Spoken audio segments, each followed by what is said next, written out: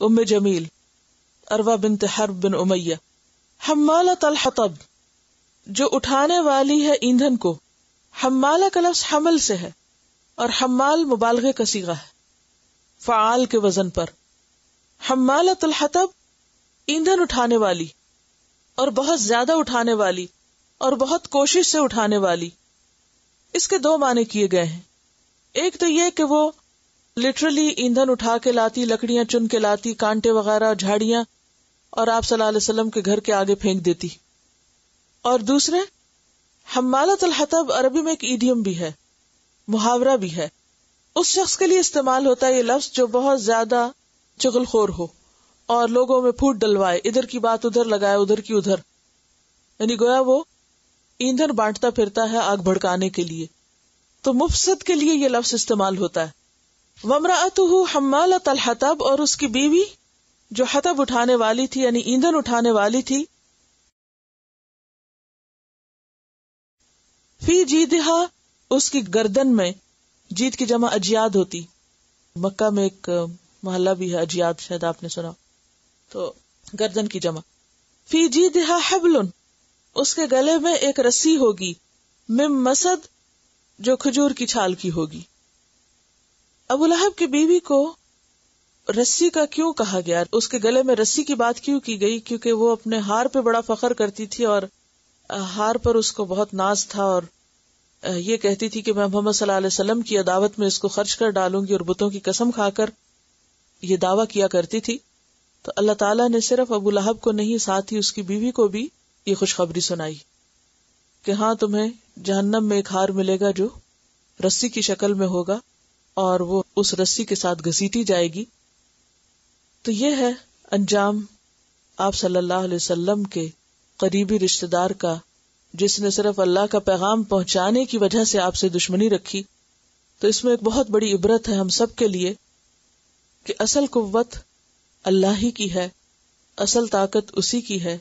کوئی شخص اپنے مال یا اولاد یا بیوی کے بلبوتے پر کسی کا کچھ نہیں بگاڑ سکتا، اور اگر کوئی ایسا کرے تو وہ دراصل اپنی ہی عاقبت برباد کرتا ہے.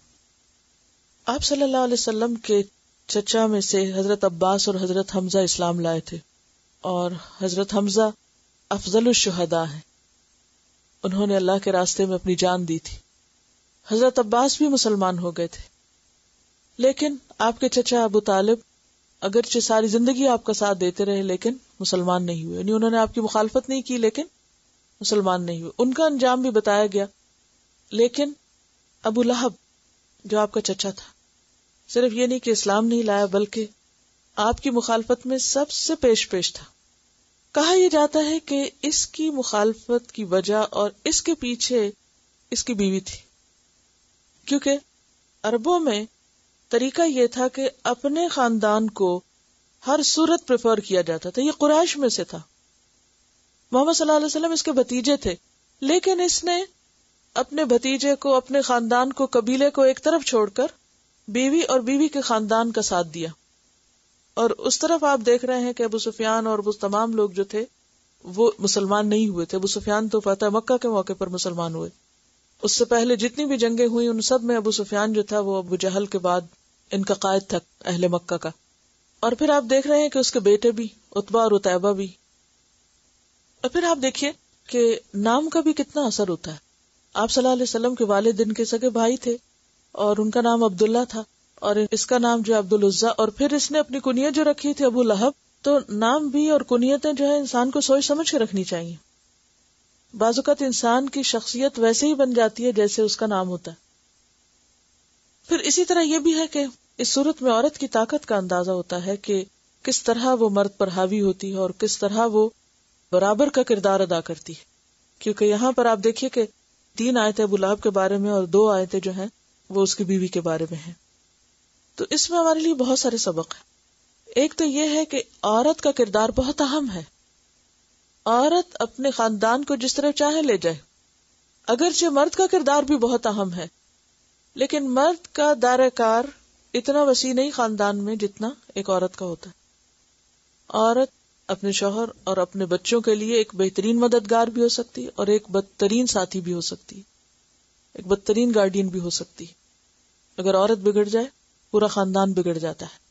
اور یہاں ہم دیکھتے ہیں کہ ابو لہب اور اس کی بیوی اور اس کا مال اور اس کی اولاد سارے کے سارے کس کام میں لگے ہوئے ہیں. یہ ایک عبرتناک مثال ہے. تو اس میں ہمارے لیے کیا سبق ہے؟ آپ کو یاد ہوگا کہ شروع میں جب کورس شروع ہوا تھا تو میں نے آپ کو 2 ٹارگٹ دیے تھے. ایک آپ کے لیے پرسنل اور ایک آپ کے خاندان کے حوالے سے. پرسنل یہ تھا کہ آپ کو ربانی بننا ہے.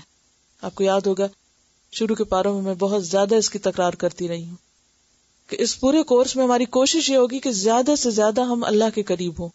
جو کام بھی ہو ہمارا اللہ کے لیے، اس کے لیے خالص. ہم سب کو آج اپنا جائزہ لینا، حساب لینا ہے کہ ہم اس کوشش میں کتنے کامیاب ہوئے ہیں. دوسرا ٹارگٹ جو میں نے آپ کو دیا تھا وہ یہ کہ اپنے پیاروں کو ساتھ لے کے چلنا ہے، اپنے خاندانوں کو ساتھ لے کے چلنا ہے، اپنے بچوں کو ساتھ لے کے چلنا ہے، شوہروں کو ساتھ لے کے چلنا ہے، رشتہ داروں کو ساتھ لے کے چلنا ہے. آپ سب اپنے آپ سے پوچھئے کہ اس میں آپ کتنے کامیاب ہوئے اور آپ کی کوششیں کیا رہی. کامیابی تو اللہ کے ہاتھ میں